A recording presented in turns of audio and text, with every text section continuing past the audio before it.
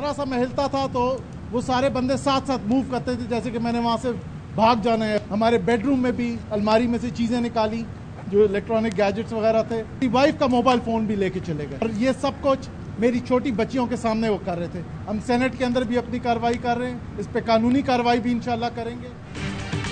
Senator Saif Ullah نیازی نے گھر پر چھاپے کے خلاف سینٹ میں تحریک استحقاق جمع کرا دی. موقف اپنایا کہ مسلح اہلکاروں اور ایف آئی اے نے گھر پر چھاپا مارا, اہلیہ اور بیٹی کو ہراساں کیا. چیئرمین سینٹ فوری ایکشن لیں. سینٹ کمیٹی برائے داخلہ کو نوٹس, سیکرٹری داخلہ, ڈی جی ایف آئی اے, چیف کمشنر اور آئی جی اسلام آباد کو نوٹس جاری. چھاپے کی وضاحت مانگی. سینیٹر شہزاد وسیم کا کہنا ہے کہ پولیس نے چادر اور چار دیواری کا تقدس پامال کیا. اسلام آباد پولیس کے رویے کے خلاف خاموش نہیں بیٹھیں گے. بابر اعوان نے گزشتہ روز کی کارروائی کو ماورائے آئین قرار دیا. بولے کہ ڈاکو اور پولیس میں کچھ تو فرق ہونا چاہیے.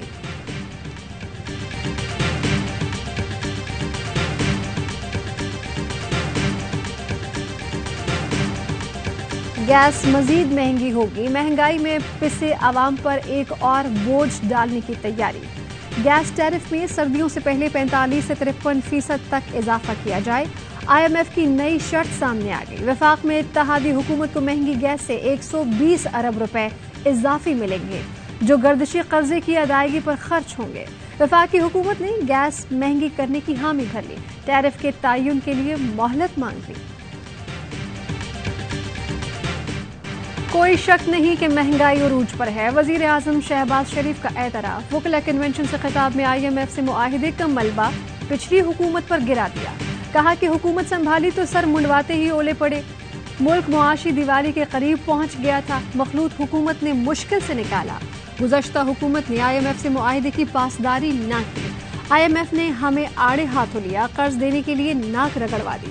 کہا کہ شرائط نہ مانی تو قرض نہیں ملے گا. افسوس آج بھی ہم غربت بے روزگاری کے خلاف جنگ لڑ رہے ہیں. سیلاب زدگان کی زندگی اجیرن ہو گئی. 2 وقت کی روٹی کے لالے پڑے ہیں. اگر ہم کمر باندھ لیں, ہمت کریں تو پاکستان ترقی کرے گا. مارچ میں کریڈٹ ڈیفالٹ سویپ صرف 4% تھا اور اب 50% ہے. ہمارے دور میں تمام معاشی اشاریے 17 برس میں بہترین تھے. سابق وزیر خزانہ شوکت ترین کا وزیر اعظم کو جواب. کہا کہ بتایا گیا کہ آئی ایم ایف کی قسط کے بعد معیشت مستحکم اور روپیہ مضبوط ہو گیا. روپیہ تو گر رہا ہے. عالمی تجزیہ کاروں کو پاکستان میں ڈیفالٹ کا خدشہ ہے. کیا حکومت بتائے گی کہ ملک میں ہو کیا رہا ہے؟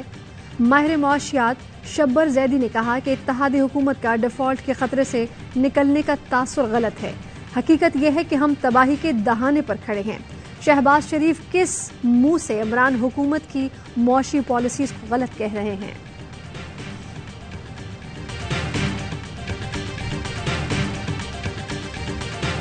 سندھ میں سیلاب کی تباہ کاریاں. کئی شہر اور دیہات تاحال زیر آب. سہوڑ, بھان, سعید آباد, دادو سمیت بیشتر متاثرہ علاقے اب بھی سیلابی پانی کی لپیٹ میں. منچر جھیل میں شگاف کے بعد پانی کی طغیانی میں کمی.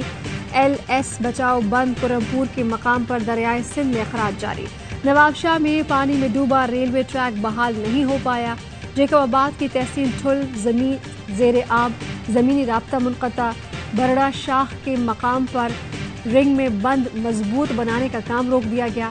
وزیر اعلیٰ سندھ مراد علی شاہ کہتے ہیں کہ سندھ میں ایوریج سے 800% زیادہ بارشیں ہوئی. پی ڈی ایم اے پر شدید برہمی کا اظہار بھی کیا. پروکیورمنٹ بہتر کرنے کی ہدایت.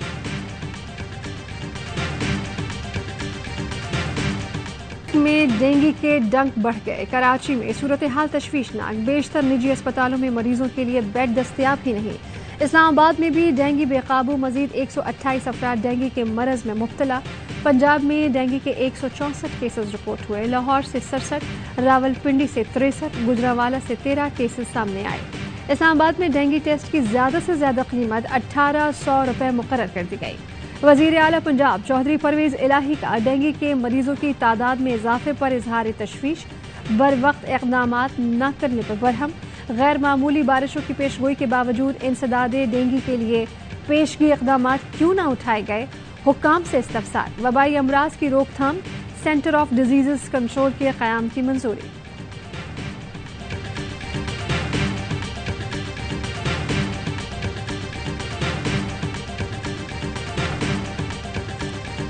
قومی اسمبلی کے 8 حلقوں میں ضمنی الیکشن 16 اکتوبر کو ہوں گے. 9 اکتوبر کو شیڈیول 1 قومی اور 3 پنجاب اسمبلی کے حلقوں میں پولنگ بھی 16 اکتوبر کو ہی ہوگی.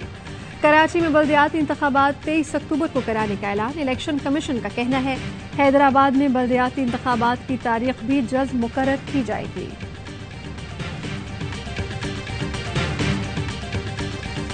کراچی میں لوٹ مار کے 27 شہری ڈاکوؤں سے خود ہی نمٹنے لگے.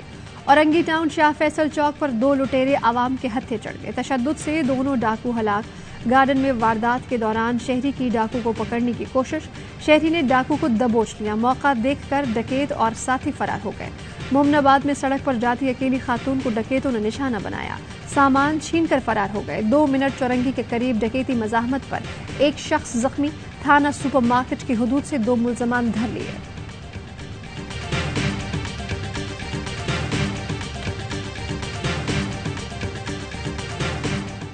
کراچی میں بڑھتے اسٹریٹ کرائمز کے خلاف جماعت اسلامی کے تحت احتجاج. شہر کے 14 مقامات پر احتجاجی مظاہرے. ریگل چوک پر مظاہرے سے خطاب کرتے ہوئے امیر جماعت اسلامی حافظ نعیم الرحمان نے کہا کہ کراچی میں ڈاکوؤں اور لٹیروں کی حکومت ہے. شہریوں اور تاجروں کی جانیں محفوظ نہیں. ڈاکو سرعام نوجوانوں اور ماؤں بہنوں کو لوٹ رہے ہیں. یہ سلسلہ بند نہیں ہوا تو وزیر اعلیٰ ہاؤس اور آئی جی سندھ کے آفس کا گھیراؤ کریں گے.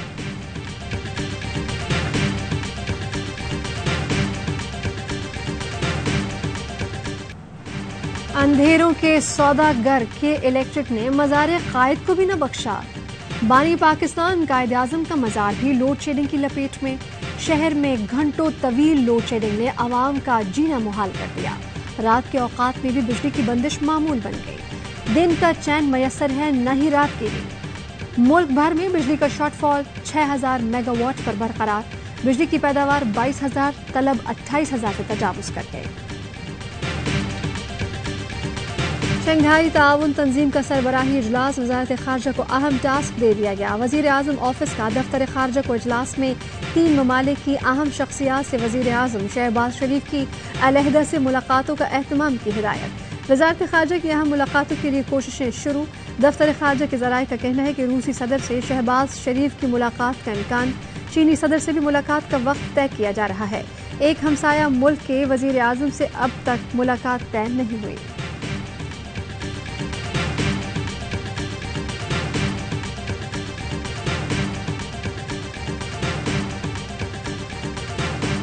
فائنینشیل ایکشن ٹاسک فورس کی ٹیکنیکل ٹیم کا دورہ پاکستان. ترجمان دفتر خارجہ کا کہنا ہے کہ فیٹف کا دورہ جون 2022 کے پلینری سیشن میں طے شدہ شیڈول کا حصہ تھا. ایف اے ٹی ایف کی ٹیکنیکل ٹیم کا دورہ کامیاب رہا. ٹیم کے ساتھ ملاقاتیں مثبت اور تعمیری انداز میں ہوئیں. مستقل کاوشوں کی بدولت پاکستان نے تکنیکی اہداف حاصل کیے. پاکستانی اقدامات سے ٹیرر فائنینسنگ اور منی لانڈرنگ خدشات بڑی حد تک کم ہوئے.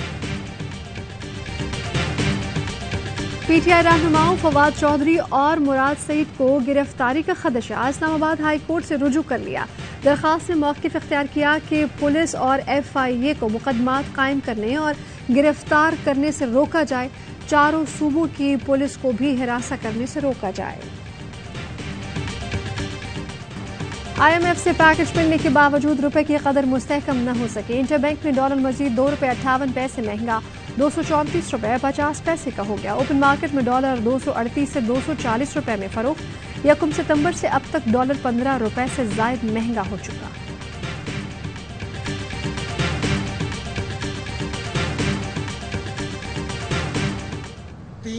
یونٹ جو استعمال کرتے ہیں ہم نے 35 ارب روپے کا ریلیف دیا. سیلاب زدہ علاقوں کے لیے اگست اور ستمبر کی وصولی نہیں کی جائے گی بجلی کے بلوں کی. ستمبر کے مہینے میں مزید 2 کروڑ 10 لاکھ صارفین کے لیے 14 ارب روپے کا ریلیف فوری ریلیف دیا جا رہا ہے. وزیر اعظم کا سیلاب متاثرین سے اگست اور ستمبر کے بجلی کے بل نہ لینے کا اعلان. ملک بھر میں 300 یونٹ تک استعمال کرنے والے صارفین سے ستمبر میں بھی فیول ایڈجسٹمنٹ نہیں لی جائے گی. صوبت پور میں سیلاب متاثرین سے گفتگو میں بولے کہ 75% صارفین 300 یونٹ استعمال کرنے والے ہیں. 2 کروڑ 10 لاکھ صارفین کو مزید 14 ارب کا ریلیف دیا جا رہا ہے. وزیر اعظم نے امدادی کاموں کو مزید تیز کرنے کی بھی ہدایت کی.